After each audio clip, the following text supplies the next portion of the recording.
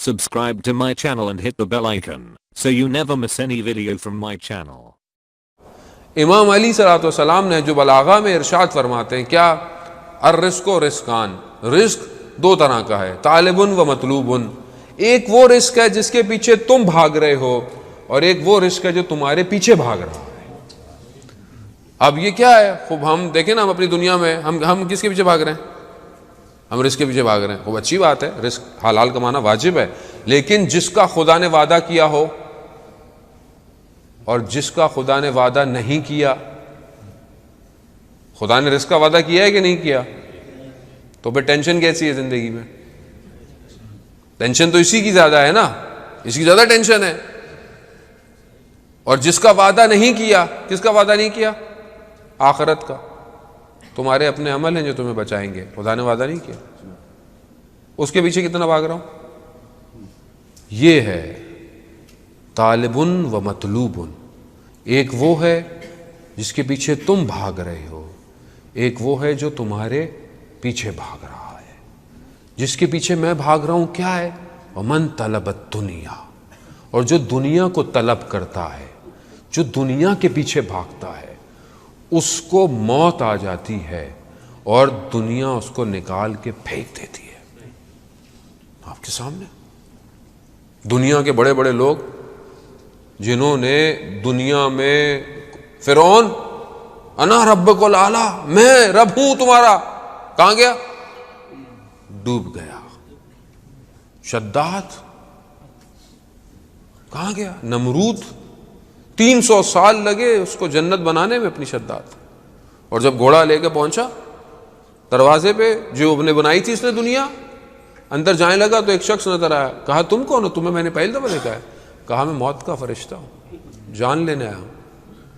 कह रहा है मुझे एक पांव घोड़े की जीन में था, एक हवा में था, जान निकाल ली। दुनिया के पीछे भाग रहे थे, दुनिया ने उठा के फेंक दिया। यह है दुनिया आपके सामने, बड़े बड़े बड़े बड़े। वो मन तलबत आखिर, और जो आखिरत की तलब करता है दुनिया उसके पीछे भागती है। हत्ता जितने खजाने दुनिया में है, हत्ता जस्तौफी हो मिनहा, जितने खजाने हैं सब निकाल के उसके आगे रख देती है। जो आखिरत के लिए भागता है, और आखिरत के लिए हम कितना आखिरत के लिए भाग रहे हैं, हम कितना आखिरत की।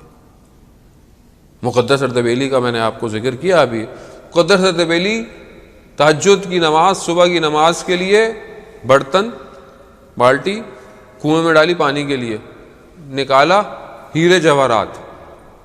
कहा परवरदिगार मैंने तुझसे पानी मांगा था वापस। फिर निकाला, फिर हीरे जवाहरात। अब परवरदिगार मुझे पानी चाहिए।